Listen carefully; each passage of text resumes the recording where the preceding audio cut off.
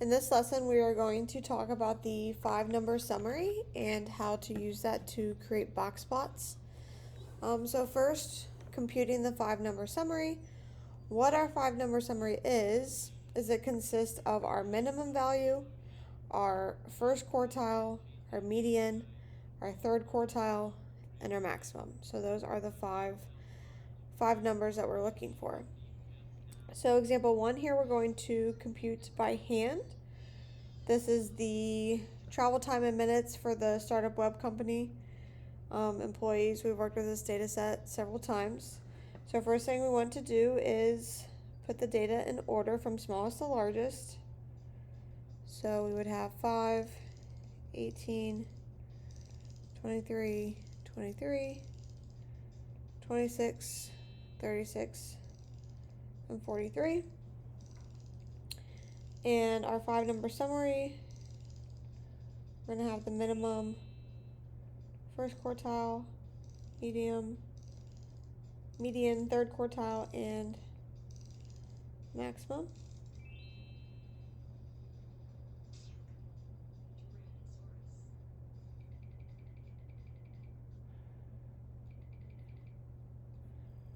Alright, so when doing this by hand, we can clearly see what our min and our max is. Our minimum is 5, and our maximum is 43. The median we've talked about before, it's the number in the middle, 23. So then we have the top half of our data and the bottom half. So from the bottom half of our data, the median of just the bottom half would be our first quartile, so 18. And the median of our top half would be our third quartile. So that would be our 5-number summary. Using StatCrunch here, I'm going to work with the Chicago salaries data since we've been working with it throughout this chapter. So in StatCrunch,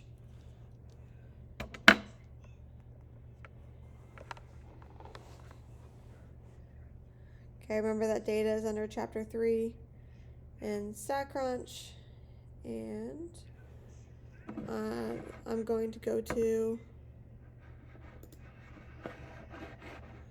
let's see, there we are. I'm going to go to Stat, Summary Stats, Columns. We're talking about the annual salary.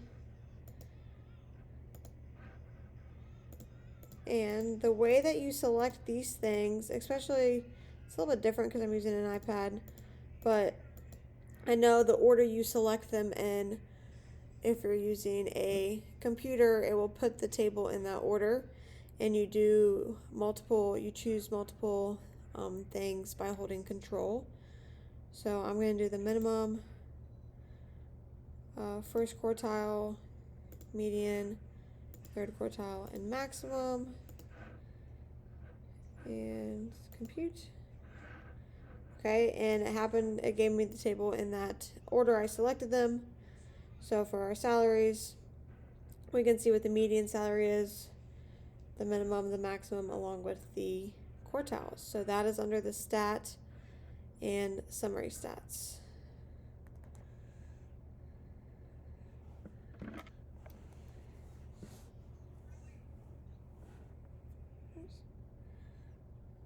Okay. So just to jot that down here.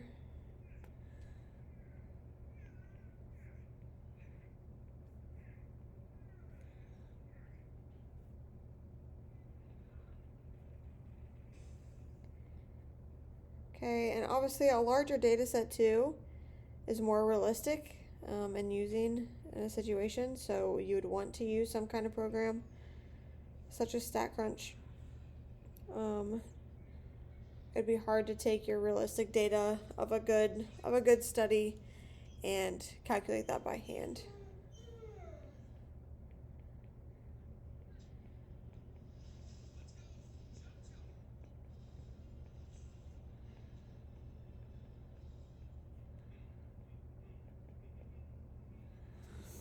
All right, so now using that to draw a box plot, or sometimes referred to as a box and whisker plot.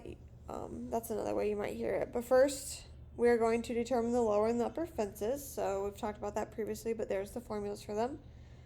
And then we're going to draw a number line long enough to include the maximum and the minimum values. And we will put vertical lines at the median and quartile 1 and quartile 3. And then close those vertical lines into a box. Then we can label the lower and the upper fences. And then we will draw our whiskers from the first quartile to the minimum, and from the third quartile to the largest data value, the maximum. And then if there are any data values less than the lower fence or greater than the upper fence, remember those are outliers, and we mark those with an asterisk. Sometimes I've seen them with like maybe X's or just dots. So depending on who's creating the graph or how it's created, you might see things like that as well. So if we're constructing a box plot by hand with our small set of data there, I'm just going to jot it off to the side here. Remember our minimum, quartile 1, median, quartile 3, and max. We had 5, 18, 23, 36, and 43. And then remember, your interquartile range is the difference between your third and your first quartile. So 36 minus 18, our interquartile range would be 18. So when we find the lower fence here,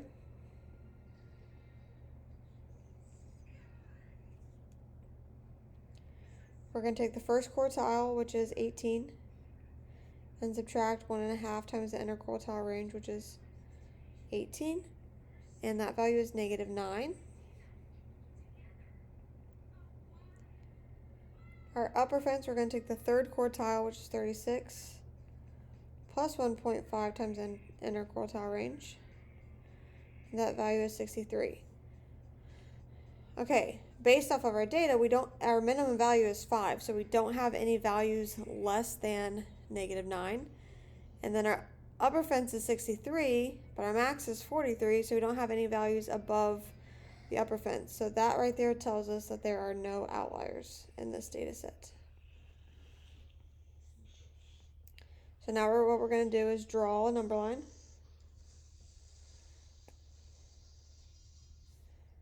I'm just going to go 0 up to maybe 50 by 5s.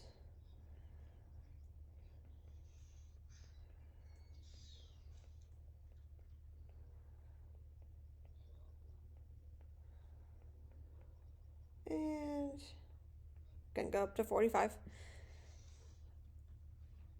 And then we put our vertical lines at our first quartile, which was 18. I'll go ahead and label it. My median was 23. And now our third quartile was 36. So that is what creates our box. Okay, so for your box, you got your first quartile on the left, your third quartile on the right hand side, and your median is the line in the inside of the box. And then our minimum was 5, so we draw out here to 5. Then our maximum was 43. So the box here is your interquartile range, or middle 50%. And then these are considered to be your whiskers.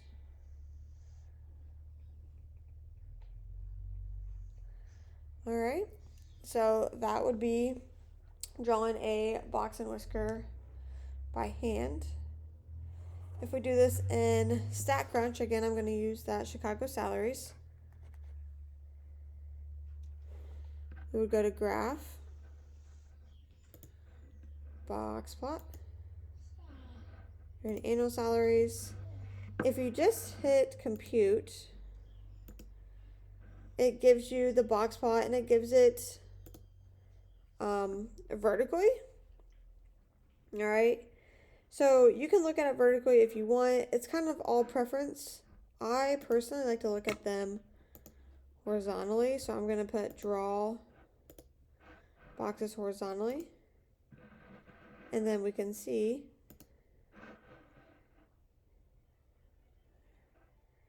right, if you just kind of hover over here, it tells you some information about the number of values in there, how many outliers there are, what the lower and upper limits are,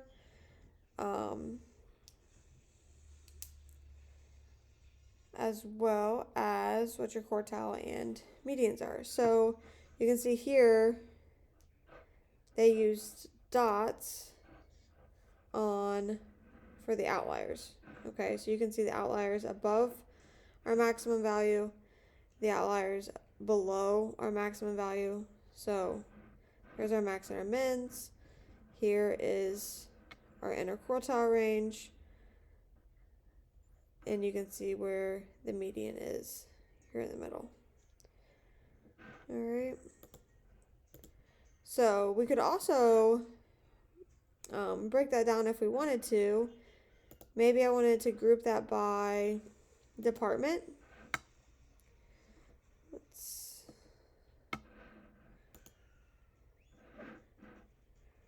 Okay. Those are pink because I accidentally clicked on something here on my... I'm making them all. Alright, just because I'm accidentally clicking on things with my mouse. But you can see we broke them up by department, and then you could see, you could compare the medians per department versus the length of the whiskers will tell us some things, and we could see how many outliers are in that specific department. So it's kind of cool to break it apart by department and compare. Maybe if you wanted to compare the fire department to the police department or something like that. All right. So let's go back. I just put a screenshot of that there. But using a box plot and quartiles to describe the shape of the distribution. So in a box and whisker plot, if the right whisker is longer, then this would be skewed right. So notice the right whisker is longer, and also just take note of where the median is. It's a little to the left of the middle of the box. All right, so that would be skewed right. In a symmetric distribution, your whiskers would be about or roughly the same length, and your median is about in the middle of your box there. And then for skewed left, you got your longer whisker on the left with the shorter whisker on the right. And again, notice where your median is. If it's skewed left, your median is a little to the right of the box. All right, so comparing two distributions using doc spots, it says draw side-by-side box plots of the Wendy's versus McDonald's data from section 3.2. So we talked about this data before, and we said that McDonald's had more dispersion. It was more spread out horizontally. So if we look at a box plot of both of these, I'm going to look at them horizontally, but you can look at them vertically. And I compute that. We can see, right, the whisker on the right-hand side for McDonald's is much longer than the left. And our median is also towards the left of the box. So this one would be skewed right, which we said initially.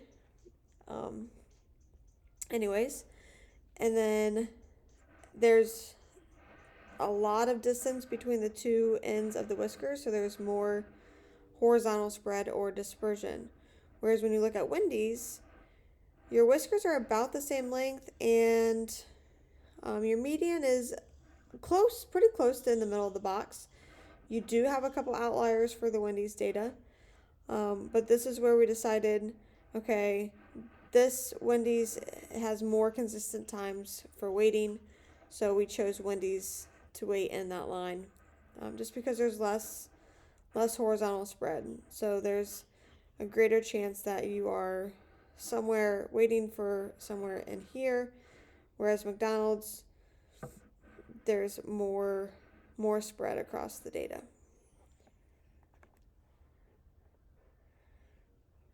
All right, and that's what we have for using the 5 number summary and creating a box plot.